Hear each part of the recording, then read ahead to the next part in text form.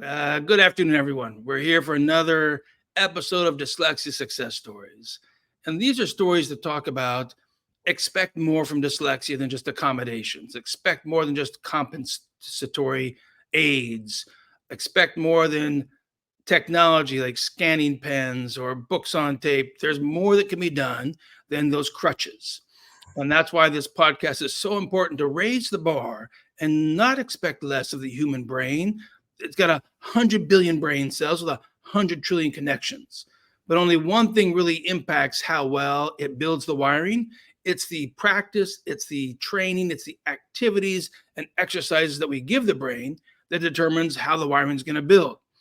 I have with me today the young man of John Aboud. And John, I think it was about age, help me out here, it was about age 15, 16 when we first met? I think 15, 15. 16. Yeah, you're right. And where are we at now? Are you're 25? 23. Okay, so You look like 32, though. we're about 8 years later since we first met, and you grew up in Trinidad, which means you grew up in the British educational system with Form 1, Yes. Form 2, Form 5, Form 6. So you're in about Form 4 when we first met, which is about our grade 9. Is that correct? When we first met, I was Form 3. Form 3. Okay. And when I finished with the Morris Centre, I went into Form 4. Okay. Gotcha. Which would be like 8th grade to 9th grade for us. Is that correct? I believe 9th. 9th grade. Okay. Because Form 5, upper 6, lower 6 is 10, 11, and 12.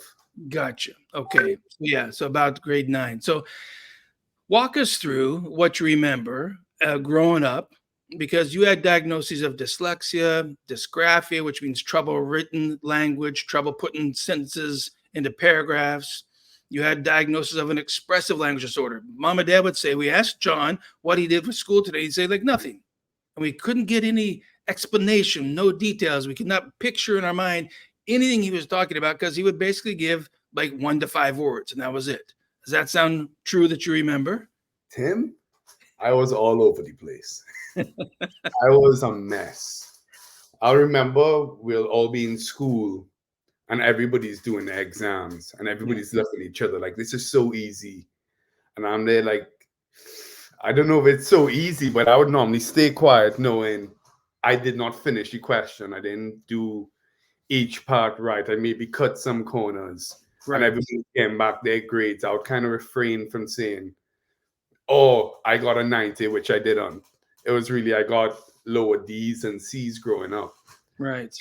Every time you're in a group conversation after an exam, everybody's like, oh, we did so well, this and that. And I'll be kind of refrain, but I'll go back to my mother. And this is a funny story. Mm-hmm. I'll go back there and be like, Mom, I killed it. I did amazing. I think I got 100%. But she knew the moment I said that, it was the complete opposite. Mm. But I do remember the first time we met and you're going through, I'm sure you hold the pencil when you grip it like this and that. And I was truly mesmerized by how in-depth you knew about the problems I had from one meeting. I thought it was fascinating.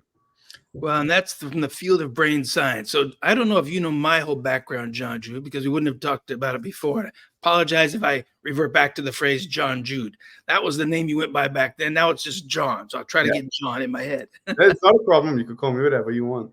Okay. But when I was 19, I went to work for Patricia Conway Lindemood. And she was a world famous speech pathologist who happens to also be my dad's older sister, my aunt. And so I went to work with, as in Trinidad you call Auntie Patricia, and I was fascinated by the brain. And she knew so much about how the brain built phonological skills on the left side, and imagery skills on the right side, and getting imagery to help with words and words to help with imagery, and verbal speaking skills. There was just so much she knew as a speech language pathologist, which means an expert in that spoken language system. That was her expertise. And she had a master's degree from university. But John, the thing was most puzzling to her is after she left university and she opened up a medical clinic. Back then it was called San Luis Medical Clinic, where she was doing her speech therapy as part of this medical team.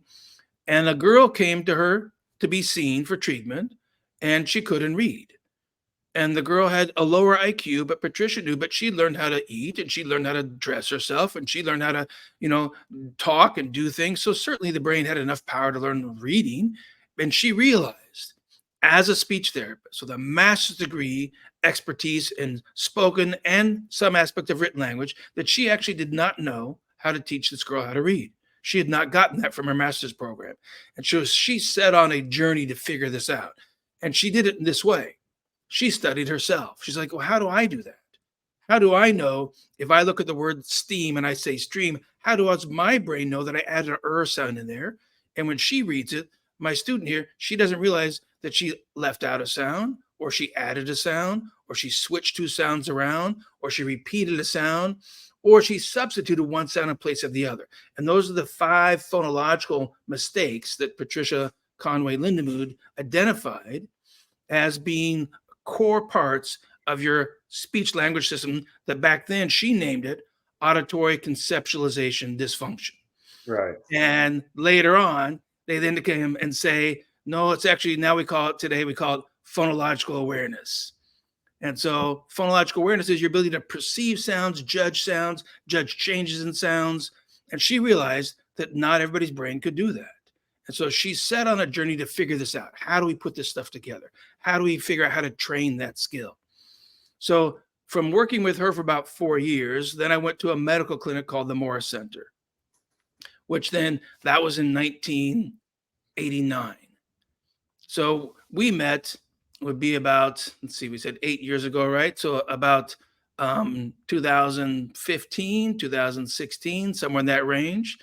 And Morris Centre opened in 2016 in Trinidad. So it's probably like right around 2016 when we learned all these skills and we met. And I, by that time, had, almost 20 years of training in the brain and learning. Plus, I did a PhD in neuropsychology, but I did it in 3 areas. I did it in developmental neuropsychology. How does the brain build skills? I did it in adult and geriatric neuropsychology. And I did also studies in neuroimaging with fMRI, SPECT scanning, DTI scanning to see the brain structure itself and to see the activity changes. And then we also did studies on what's called phonological alexia. Now that's 100 to 1,000 times more serious than what you struggle with because yours is genetic, which Right. when you have dyslexia, it just runs in families. I'm dyslexic, but I got early intervention, so I don't struggle as much. You're dyslexic, you got intervention, so now we've strengthened those skills, don't struggle as much. But John, we just blame our mom and dads because it's genetic, and then they just blame grandma and grandpa because it's genetic. Yeah. So by the time we met, you're right, I had spent about 20 years and a PhD in neuropsychology trying to understand the brain, how it works, and how do we take weaker skills and make them stronger. Because you had some strengths, but you had some weaknesses. And let me throw a graph up real quick because this makes it real clear when you see this graph. This one is your skills as we tested you back then in about 2016. And it says, okay, there's IQ, it's in the average range. And the blue bars are where your skills were just on some memory tests, some visual motor tests. And the red bars are where you were about 4 months later. And the most important take home, sure, you can read all the names down below, but the most important piece is, but you see the blue goes from about the 5th percentile all the way up to the 60th percentile. This one over to the left is closer to the 70th percentile. John Drew, this one right here, which is visual complex processing, you got it to the 90th percentile. That means compared to students your age, and this is a sample of thousands of students in the US, you're in the top 10, which means this score over here on the left that says IQ can't be correct. Yeah. And we know from research that anybody who's had developmental learning difficulties, whether it's dyslexia, dysgraphia, language disorder, dyscalculia, the math trouble, that's going to skew your ability to perform on the IQ test. So the IQ test is not going to be accurate. And this is some of the most stark proof of that. And let me jump ahead one more and let's say we get lots of support from your family today, John. We really appreciate the family support here. There's another one where we say, okay, and here's where your language skills were. And your language skills were down around 30th percentile, 15th percentile. Your phonological memory was about the 5th percentile. John, that is the opposite end of the scale from being in the top 10. You're now down in the bottom 5. Okay. but you took it from the bottom 5 up to about the 40th percentile. And then we would expect, if we put you back through this testing today, what do you think we're going to find today? I think I'll perform better than when I did 8 years ago, for sure. Yeah, we expect, because you've kept building the skills, using them more and more, the skills are going to get stronger and stronger. And one piece of data your mom and dad shared with us is when you were in Form 5, was at the end of Form 5, you got an award from Fatima School. You got an award for academic excellence, which meant you were one of the top performing students in the school that year, meaning you'd come so far. The teachers could not believe it. I like to say my academic journey started after Morris Centre, not before. Anything before Morris Centre to me didn't count.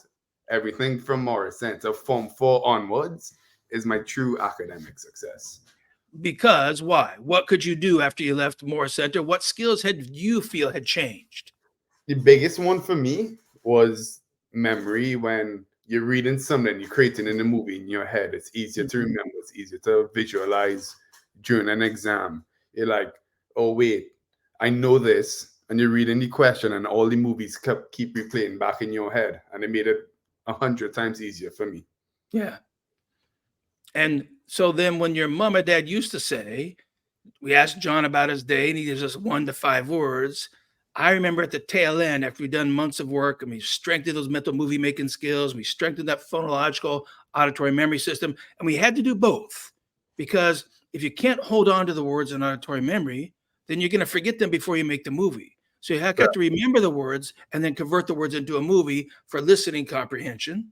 It also empowers reading comprehension, and it also empowers your ability to get an idea in your mind of what you want to say to somebody, and then pick the words so you explain it to somebody else in a very clear, organized fashion, and you're conveying your movie through words to their brain, and then their brain can make a movie based on what you're saying, which means you then started giving mom and dad not only details of what happened, but I have one very clear memory of your mom and dad, and they're saying, he not only told us what happened, he told us, well, sir said this, and then student said this, and then sir said this, and then student said this, and sir, and he recounted both parts of the conversation back and forth, and you could replay that whole movie in your head, and it wasn't something for the exam. It was just something that had happened for your day. Yeah. Is that what you're talking about? Yeah, it got worse now. Now that I reached university, I'll complain about every little, I'll nitpick stuff from a professor and be like, I don't understand why they're like this or that. And I'm like, I think they're wrong. In my opinion, it's like they're wrong on this opinion.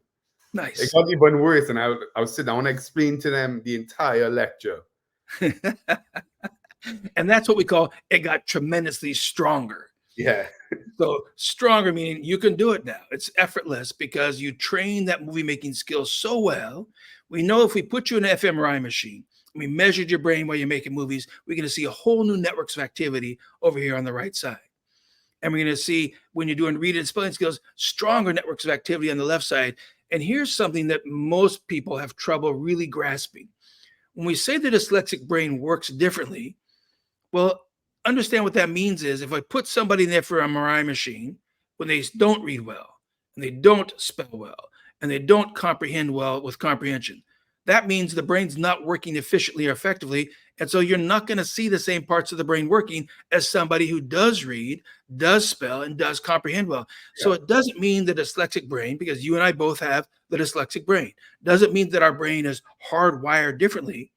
It means we haven't had the right experience to take this weaker wiring that supports that ability to sound out words to read, sound out words to spell, and we make that weaker wiring stronger. Then when they put children back in the fMRI machine after effective remediation, we actually see the same activity pattern on the left side for the child who is dyslexic and the child who is not dyslexic, because both actually now have the skill. The dyslexic child now has phonological processing. Like you, it's gone up from like 5th percentile to 90th percentile in some skills. That's a tremendous strengthening, tremendous improvement. It's a big leap. It is. I remember when we first met too, you would say some sides of the brain will be a bit smaller, underdeveloped. The next one is overdeveloped. And when you come into the Morris Centre, we figure out what the problem is. And then we slowly focus on bringing back from scratch. So you start from the ground up. Exactly. We basically rebuild in the house of the brain, which is every house is dependent on the foundation. If the foundation is not solid, it affects the framing, the doors, the windows, everything of the first story. It also affects the second story. It also affects the roof. So you got to lay a really solid foundation of speech language processing, motor skills, language skills, attention. These are not reading and spelling skills. These are the skills the brain builds before reading and spelling. So tell us what you remember working on. You remember making movies? Any other parts you remember doing? Because you did 6 hours a day, one-on-one. 1 to 2 hours a day, you're in the OT gym and they're working on fine motor skills, coordination skills, reflexes, visual tracking skills, visual plus motor skills, because those are important skills for academics as well. Even though we really weren't training handwriting, we really weren't training copying from board to paper, we weren't training the high level tasks, we were strengthening the lower level processors that build the higher level tasks. I could tell you for one thing, I think the gym was my favorite part of the 6 hour long day. I always looked forward to going. And I had a friend. I made a friend. I think he was about 8 years old. And every time I would go, he would be there. And he would just go off. My ADHD was bad. Dyslexia, but I think his zone at that age was one step further than mine. And I kept telling myself, is this what my parents went through growing up? Well, he's lovely, lovely kid. I haven't seen him since though. But yeah. I do also remember, I can't fully remember which part it was focusing on, but it would kind of be like sounding out the words. I don't know if you know what I'm like, sound out the words, and I kind of have to like mimic it. Yes. Nonsense words. Yes. They're not even real. But sometimes they were using real words as well. Now, do you remember colored blocks of plastic?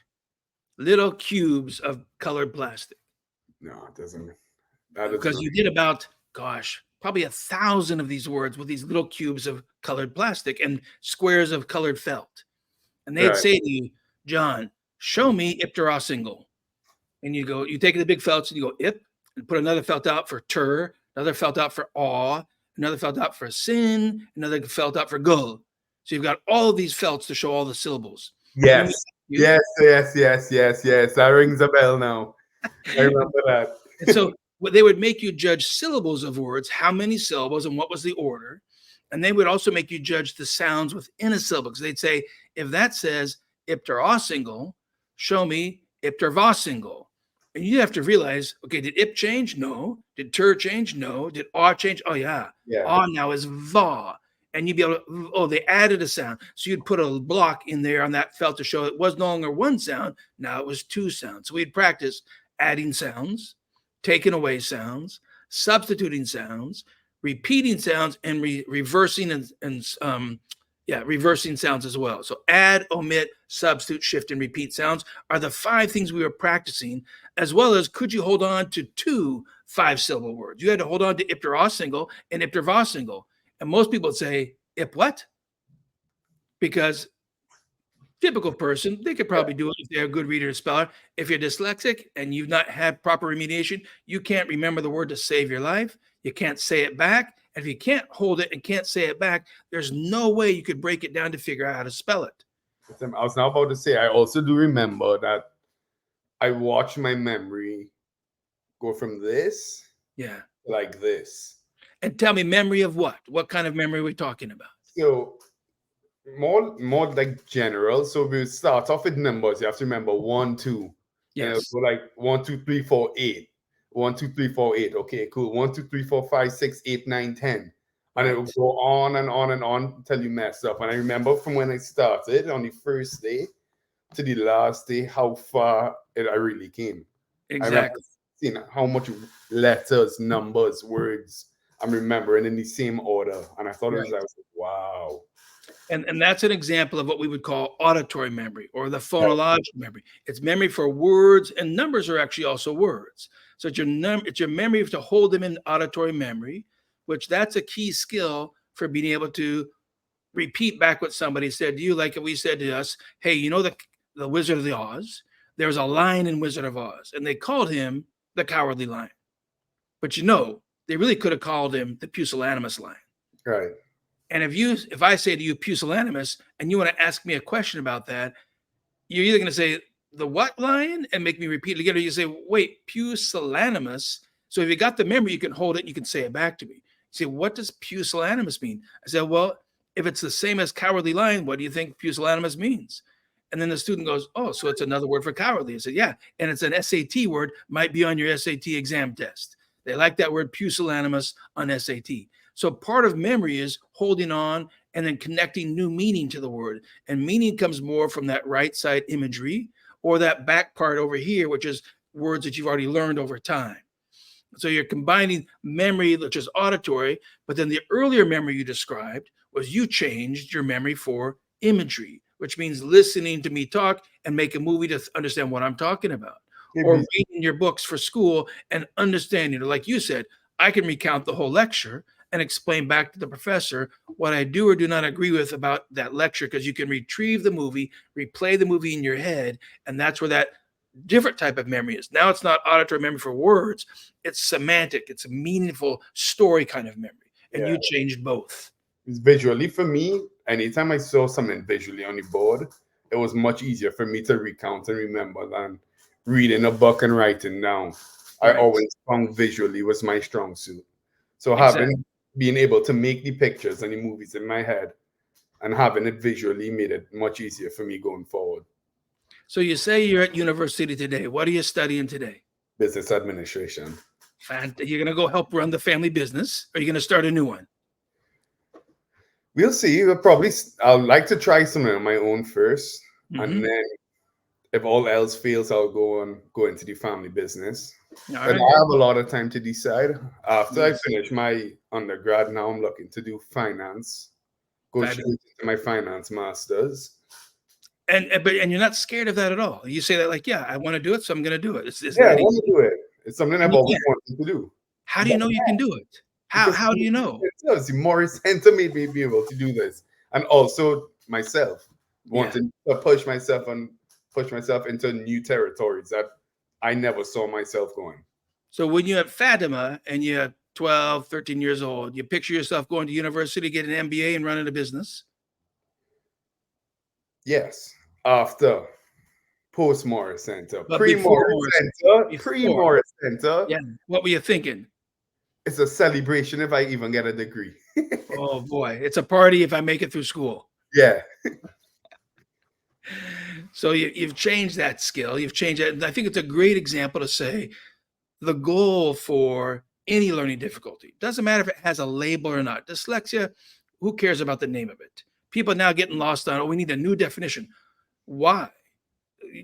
Whether you have the word or not, the focus should always be one focus. Find the weaker skills, make them stronger. We don't care if it's dyslexia, or we don't care if it's some unknown thing, but we know it's interfering with your ability to perform academically, which might hinder your ability to perform occupationally, which could also have interpersonal social impacts. It could have career impacts. So it doesn't really matter the name of it. The name is helpful to one degree. It kind of tells us you have weaknesses in this skill set and not these others. So we're going to focus on taking those weaker skills there and making them stronger. Now, some groups want to say the opposite. They want to say, no, those can't be changed. You can't get stronger with reading and spelling. Dyslexia is lifelong. What do you think, John? Is dyslexia lifelong? No. You're still struggling to read? I think you could overcome dyslexia. And I think watching myself grow up, I think I have overcome it to an extreme extent. I can't say I 100% did, because I'll still mix up a few stuff here and there. Sure. Extremely minor. Yeah.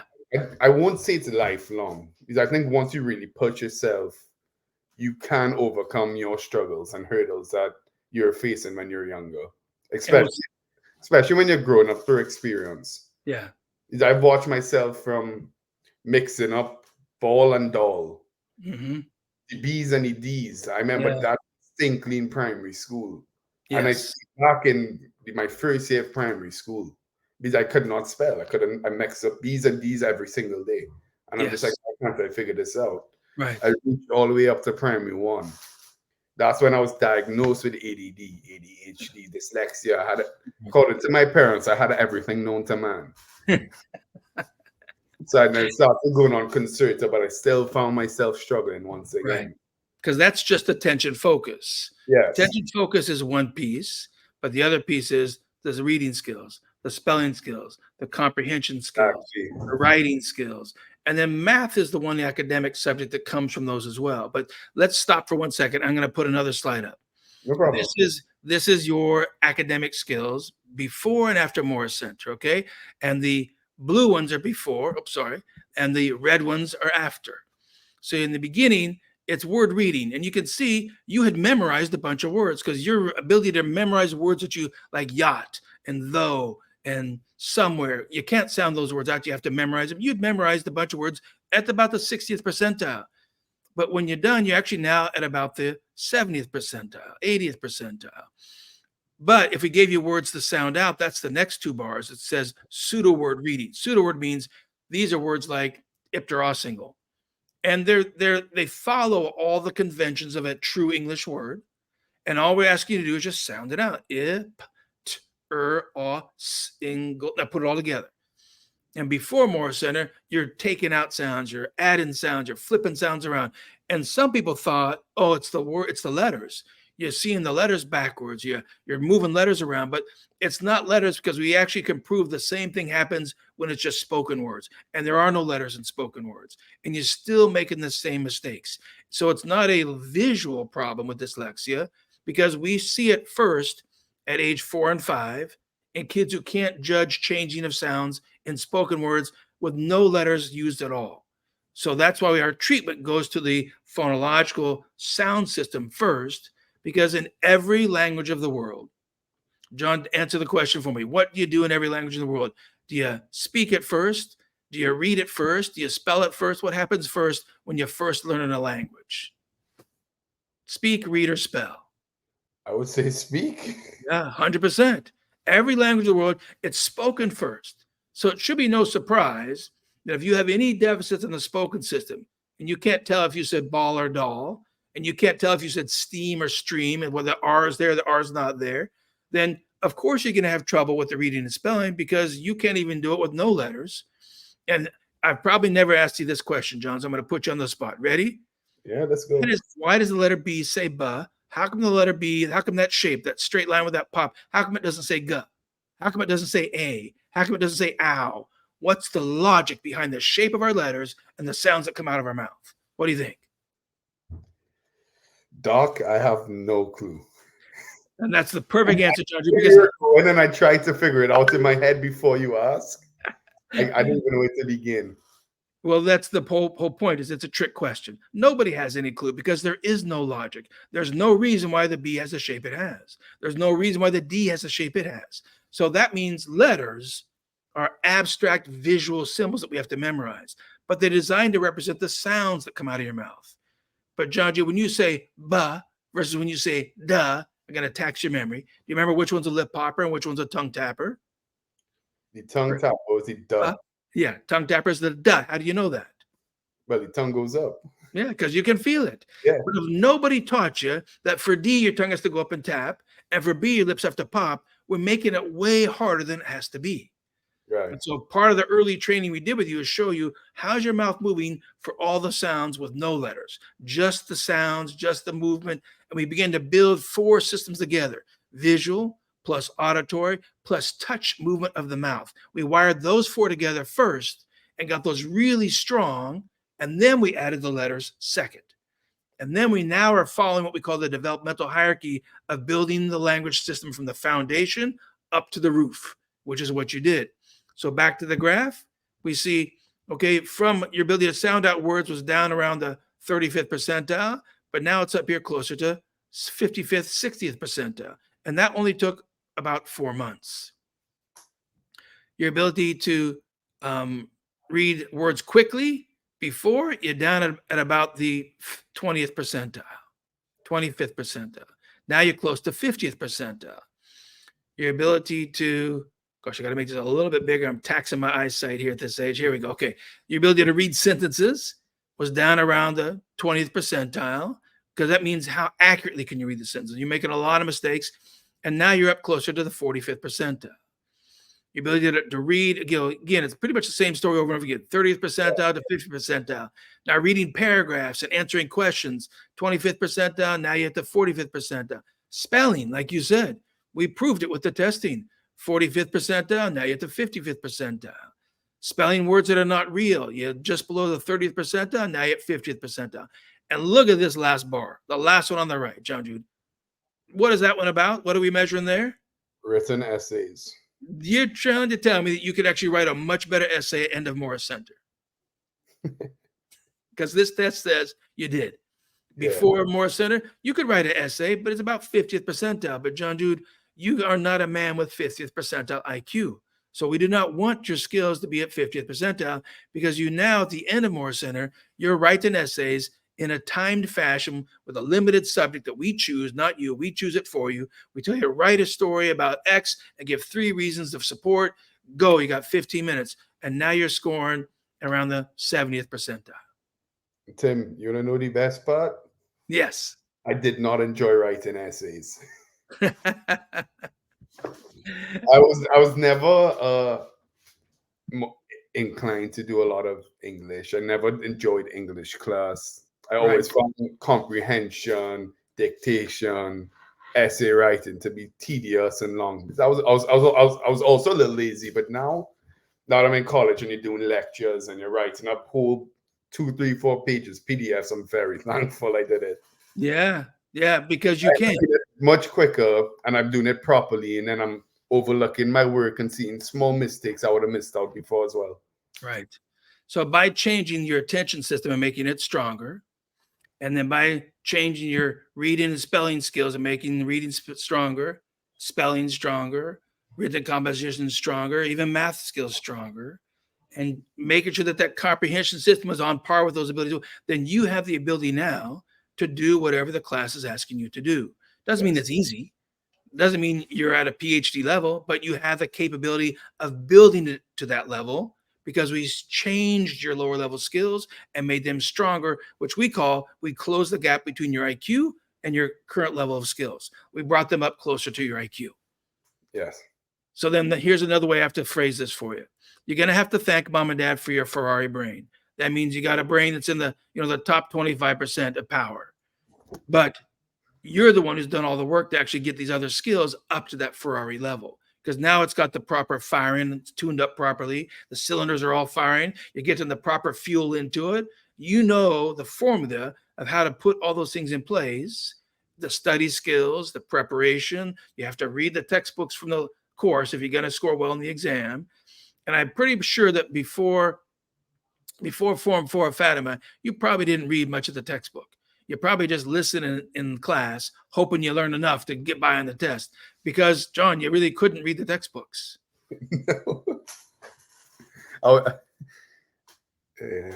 No, I couldn't. I would skim. I would like look, peek, and be like, I think they went through this. So I would stop and then I would kind of just go into an exam based off of whatever memory I had before. Yes. It never really worked out. I would say I'm studying, but I'm not really studying. I'm procrastinating. Yes, exactly. So in your study skills today, Angela's got a question for you. I got to put it up here on the screen. She's asking, if you forget words or you forget sentences, are you writing them down to try to memorize them? Are you going back and just trying to make movies for them? What is it you're trying to do? And I'm not sure if she's talking about vocabulary or just something you want to say, because some people say we need to write them down again and again and just kind of repeat and repeat and repeat. We call that memorization. Right. That's the least effective learning method. That's the most assurance you're going to get it fast if you just kind of memorize it. It's kind of like cramming for a test. What happens after the test when you cram for it? You forget. Yeah, information is gone because you didn't really get a good, strong image movie concept of the information itself. But tell us how you do school today. How do you prep for your classes? How much of your textbooks are you trying to learn, and how do you do it? It all depends what the situation is for me. So I did a few English classes. That goes back to movie making for me. Yes. But when lots of writing. Lots of movie making. When I'm in the exams and I'm writing my essays down, I'll create a movie in my head first. I could get every detail I want to put down into my essays. I already have it visually made. Nice. But when it comes to my accounting, finance, anything to do with numbers, I'm repeatedly, I would writing it down over again. I'll redo the formulas. I'll create like flashcards online, and they have websites now where they'll quiz you on the flashcards you Mhm. made. So Even apps. Yeah. There's everything an I app called, do is visually. I don't like to physically use pen and paper and write. right. Everything I do is online visually. This is what works best for me. That Right. comes to words, sentences, everything is done visually. Gotcha. And we'd say, when you say you don't like to write it down, that means that that fine motor skill is more effortful, and it's probably slower than what you can do in these other systems. The other systems are quicker and more efficient. And here's a fascinating story about the brain and its organization in terms of where things are on the left side. Right here above the ear is phonological processing.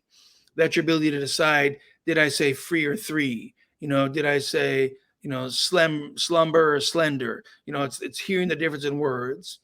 And then right above that is motor control of the mouth. And right above that is the fingers and how well you can actually use your fingers and in fine dexterity, we call it, which also relates to pencil control.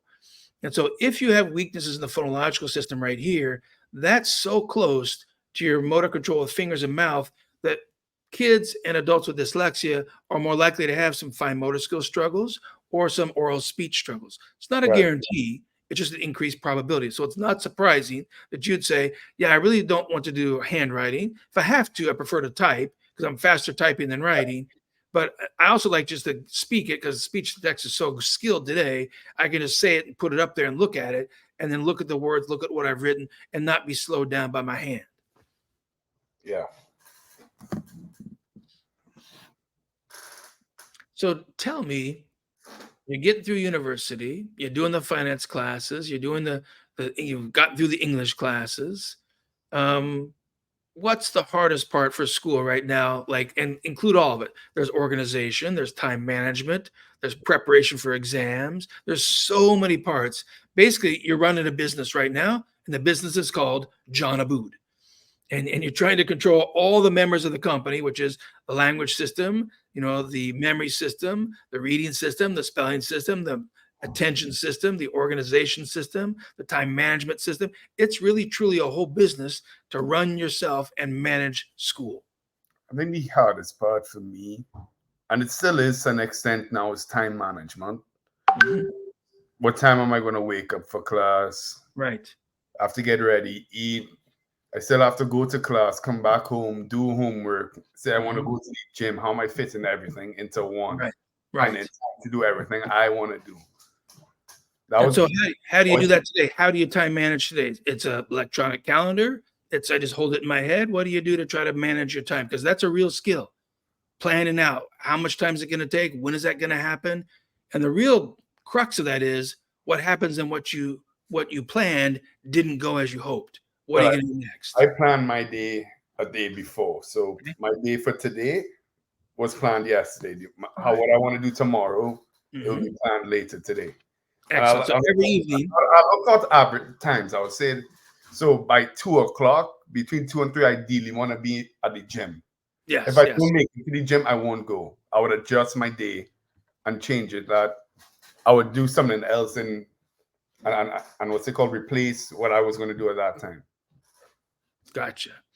And then when you're planning on, Thursday for what you do Friday, you get in a car accident. You don't get the stuff done you were supposed to do Friday. What happens? How do you make up the time for the things you didn't get done? The next day, I'll take that Friday day and make it the Saturday day. All right. So then and that's the excellent planning, which is the biggest challenge of planning and managing time is what happens when the plan doesn't work. Because there's so many things that interfere with our day-to-day function. But I'd So also try and put other stuff into into yes, the day to make up. I still have to make up sometime. right, But there are days where I do lack, and I'll be up till 2 a.m. doing homework. And right. that honestly falls on me. I'm procrastinating. I rather Mhm. watch a movie than sit down and type an essay that I was supposed to do that's due 2 days later. Let's say, Right, for example, or at 6 a.m. the next morning. It's my fault I'm up at 2 o'clock. right, You right. have times where I lacked. I mean, nobody's perfect. That's normal. It Mhm. happens to everyone. 100%. And then part of what you're explaining too is, and the body and the brain are not robotic. They don't have the same energy level and the same efficiency and the same rest from sleep day after day after day. It varies. You don't have the same mood every day. You don't have the same allergies every day. You don't have the same diet every day. There's so many variables that affect this very complex organization we call the brain and the body, that you're also learning to build in downtime. Hey, I need to go to the gym, but I also need an hour in the day where it's nothing scheduled. And I may choose to look at a book, read a book. I may choose to go for a walk. I may choose to make up some work I hadn't gotten done yet, and that's my makeup hour. So as you learn to manage time, part of what you're trying to manage too is, yeah, but it's a variable brain and body I'm dealing with. So I can't always schedule it so tightly that I have to be on, 10 hours a day, and I expect it never to be off on any day. That's a recipe for disaster, because you're Yeah. not really planning for the human body. You're planning for the robotic, body that's not really true. So you're talking about managing the ADHD piece, which we had another podcast on we have a podcast that runs every week. Every other week, it's Dyslexia Success Stories. Weeks in between, it's dyslexia discussion. We're doing the science talks. We're talking about executive function. We're talking about nonverbal learning disorder. And last week was nonverbal learning disorder. A few weeks before that, it was executive functions. That is this organization, planning, time management side of the brain. And Right. it's those skills, it's those procedures. And you can also learn to use technology. You use electronic calendars and you put reminders in your calendars. You put some things in your calendar that automatically going to be happening every week for the whole semester. You put that as an auto repeat every day throughout the whole semester. So you're using technology, or you're figuring out, do you do better with pencil and paper and not technology? It's trying to find the system of how you run John Aboud Inc. and make all those parts of that business work together. Yeah. So, advice you have for others, John, because we got some listeners who are adults who've never had the experience you've had. In their mind, and from their experience with all accuracy in their statements, they believe that reading problems can affect you your whole life. They believe spelling problems can affect you the whole life, because in their lifetime, their reading and their spelling have never gotten better no matter what they did. And some mistakenly believe it's because that's how their brain works. Their brain is wired differently. I'm a brain scientist. I can tell you that's not accurate. It's more an issue of, if you've never had the right training and the right practice to build the lower level skills. School trains most skills up here: reading skills, spelling skills, writing skills, and they keep staining the training up here. But if you have weaker skills down here, you're treating the symptoms, but not the cause of the problem. You're an example of, okay, we went down here, trained the cause, and strengthened that cause of the problems. And then you see blue to red gains across all these areas of visual skills, motor skills, memory skills. Blue changing to red. The red is where you've done improvement in all your language speaking skills. And then blue changes to red. Now that those language skills are stronger, those visual motor skills are stronger, the memory skills are stronger, then you've started changing all of your academic skills as well. You got the opportunity to go in and rebuild the lower level skills and make them stronger. So it's hard for some people to believe that what you're saying is really true. They're like, well, lucky you, you got what you needed. Yes. But what we've done is we've done what's called a randomized controlled trial. We didn't do one of them. We did 3 of them. And John, they took 5 years of my life, each of these. And we did these before you and I even met. We did these in the late 90s and early 2000s. And we proved that if we gave this same intervention that you got, it's called Now Foundations for Speech, Language, Reading, and Spelling. That's that phonological reading and spelling program. We do it in Morris Centre clinics, but we also provide it across the world through nowprograms.com. Today, I have an edtech company with over 100 instructors. They online every day, working with students of age 6 to age 74, all across the world, changing the skills like you change it, but they don't have to go to a Morris Centre clinic because there's only 3 or 4 of those.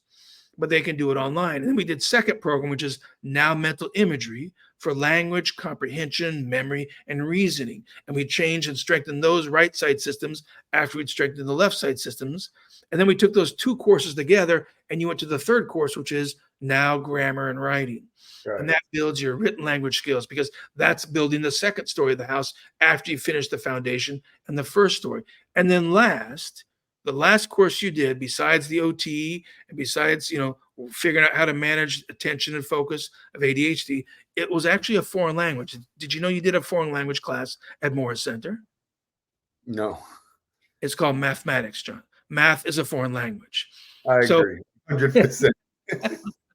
So if we don't change these other skills first, math will not be as easy. So we don't go straight to math because it needs the auditory memory skills that we get from that first phonological program.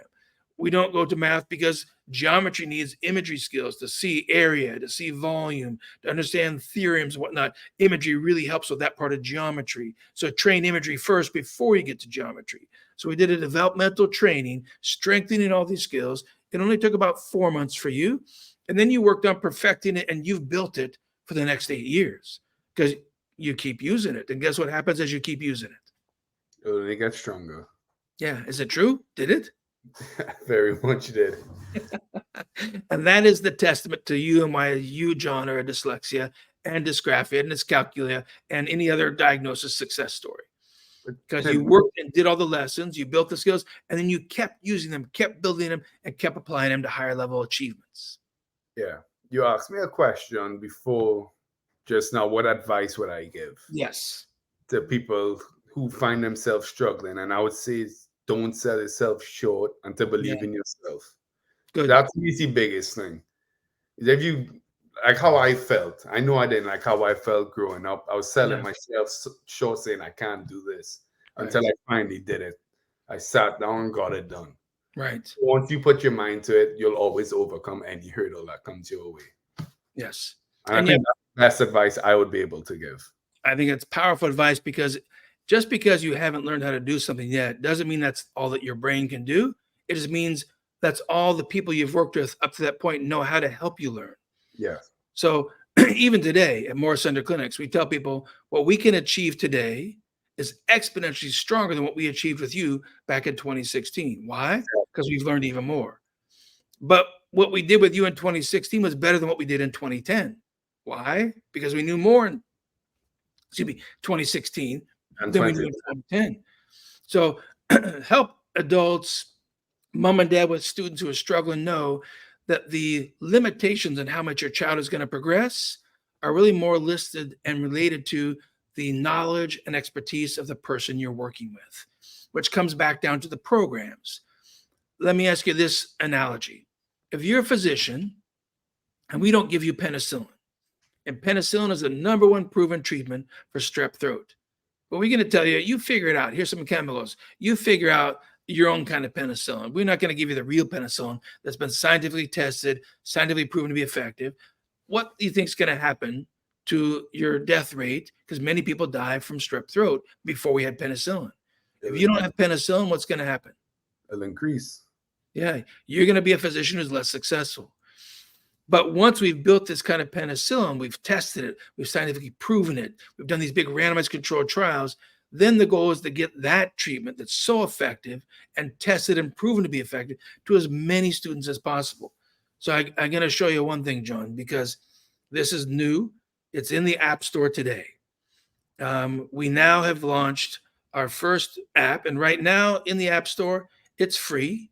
Anybody can download it and practice it. Try to get the camera to focus on that. And it's called Lip Letter Land. And Lip Letter Land is all those crazy mouth pictures that you learned when you were a teen. Right. It starts, and it's geared right now. That app is only for 4-year-olds, 5-year-olds, and 6-year-olds. We've done the early young kids first to try to really help close the gap before they fall behind. And then they've got even stronger phonological skills, strong ability to hold on to words. Now, because we have international viewers, I should also say, right now the app is only available in US, Canada, and Trinidad and Australia. Pretty soon we'll open it up worldwide, but we're making some more tweaks and changes to it first. Shortly, it's going to go to a cost because we've got to keep building and adding more to it. So we'll need some revenue to make it stronger, but the cost is going to be small. We think the cost is going to be less than $10 a month. And so it's not going to be a high cost app because we want to empower as many students as possible because we know more than most people know about the brain and dyslexia. Myself and my colleagues, we are brain scientists. We've studied the brain, built a knowledge of how it works. And John, you're the success that happens when we take those weaker skills and make them stronger. Right. So other thoughts you have about sharing with the audience? We got about 3-4 minutes left. Anything we haven't touched on that you think we should have covered or that you have an important message to share today? I think we covered mostly everything. Okay. I don't think there's nothing that we didn't cover. But as I said, the only message I would have is what you asked me about, what advice I would give. I think Yes. that to me is the most important message going forward for anyone. Yeah. For anyone. And I hope this motivates other people to step up and face their struggles and not stay in the shadows hiding. This do what like exactly what I did. Yeah. I Don't believe the myths. rid of it. Yeah. The myths are that your brain can't change. That's not true. The myths are that you're hardwired in some way and you can't build other skills. That's not true. We have decades of research, scientific studies, and John Aboud as an example, showing that that's not true. You changed your skills, you're stronger, and we have the test scores that prove it as well. So when you say don't sell yourself short, we're saying don't accept that that's all your body can and brain can do. Find somebody like us who thinks we can help you learn more, teach you more, train you more. You're capable of much more. That's it. 100 billion brain cells, yeah, and 100 trillion connections. Man, that is one powerful supercomputer. Yeah. I've learned how powerful the brain is over the last 8 years, especially when I was at the Morris Centre. So never Fantastic. sell yourself short. That's it. Find the people who know more. My companies, that nowprograms.com or themorriscenter.com, either of those companies will do free consultations, free sharing of information. We have the podcast, we have the Now Programs Online YouTube channel. We have multiple videos already recorded on the YouTube channel. We have the websites, and we have 5 staff who will talk to any parent, any adult, somebody who's 70 and you're still struggling to spell. Not too late. The brain does not lose the ability to learn new information. It comes back to the training and what we're going to put in place. So I would reiterate and even emphasize even more your statement, John, of don't sell yourself short. Find and come talk to us or talk to others to find the programs that have been proven scientifically, not by popularity, but proven to be highly effective. Your brain can make stronger skills. John, I think it's a wrap. You've got a powerful story, my friend. And I really appreciate you taking the time to share it. Of course. Thank you for everything you've done for me throughout the years as well. My pleasure. And you know, somebody did it for me, John. That's why it's so important that I pass it on. I got help when I was 5. Well, that's the thing I also wanted to ask you. You keep asking about us, but as you said, you struggled with dyslexia growing up. Yeah. So how was it for you? I never heard your side of the story growing up. I was too little. I don't remember much of it because they got me at age 5, so I wasn't that far behind. I'm prevention. So you caught it very early. Well, because my aunt and uncle were world famous for their work in dyslexia. Right. So lucky for me, I was born into a family of brain scientists who knew what was going on and how to change the skills. My brother, his name is also John. He was 2 years older. At the end of grade 1, age 7, he couldn't read pretty much at all. He was just severely dyslexic. So he got close the gap. We call that remediation. I got prevention, strengthen the skills before the gap folds. Right. Before the gap forms. And he's excelled through school, excelled through university, excelled professionally. And that's what is possible. And so I have 2 children. Both have dyslexia, both had dysgraphia, both had dyscalculia, both have some aspects of sensory processing disorder. Some parts of that are not so prevalent, and both have ADHD and learn how to manage that. And even things like oral dyspraxia or other sensory difficulties. But they both came to Morris Centre around 2008 to 2010. We strengthened all their skills, and they went through school beautifully, went to advanced university placements on scholarships that they earned for their academics and for their performance. So that's my side of the story as well. As I'm an example of what you did, but I got to do it early. They got to do it a little bit later. There's never a time when it's too late. And some people say, well, is there a time when it's too early? Well, we hope with things like this app, we get even earlier. If you try the lip letter land, and we jokingly say too, that if your child cannot say lip letter land, they say, I want whip wetter wand. Okay, they probably need to be playing that app because it also can work on that speech control, that motor control, and getting those skills in there. Yeah. And so the beauty about the Lip Letterland app, it's not a dyslexia app. It is a speech processing app for any child anywhere in the world to strengthen that neurology, how the brain is processing speech sounds. We're strengthening the same foundation, or we could call it the same engine that you're going to use for sounds of English, sounds of Spanish, sounds of, Farsi, sounds of German. Doesn't matter what language we're talking about. It uses the same language processor to perceive the sounds, and Lip Letterland helps strengthen that processor. So we're really excited to get that out there too, because John, we could have changed your skills really early on, and you had no struggles in any of Fatima or even before Fatima. Yeah. But lucky for you, you were only not even that far beyond Form 4. It was still pretty early, but enough that you remembered feeling like less than. You remembered feeling like school was not good for you. No. School is not, you're not doing. It wasn't my thing at all. Yeah. But how about today? I love it. All in my life. How many people think of dyslexic people are going to say, I love school? That's the dyslexia success, John. No, Thank you so much. Again, really appreciate your time. We're going to call it a wrap today. And we hope people are empowered by your story, because it's a powerful story. And nothing wish you but the absolute best success in your future endeavors, because I know mom and dad are counting on you for being successful and taking good care of them when they get older, right? Of course. Right, okay. Thank you. Congratulations on your new launch of your app. Appreciate it very much. Thank you, everyone, for joining us. We'll be back again in 2 weeks with another success story. Next week, we're on to a new topic of dyslexia discussions. Join us. Go to the online company, Now Programs Online on YouTube, or nowprograms.com or themorriscenter.com. We have lots of more information out there of how to help empower skills and help more people have success in all these areas. Have a great afternoon. Take care, everyone. Bye-bye.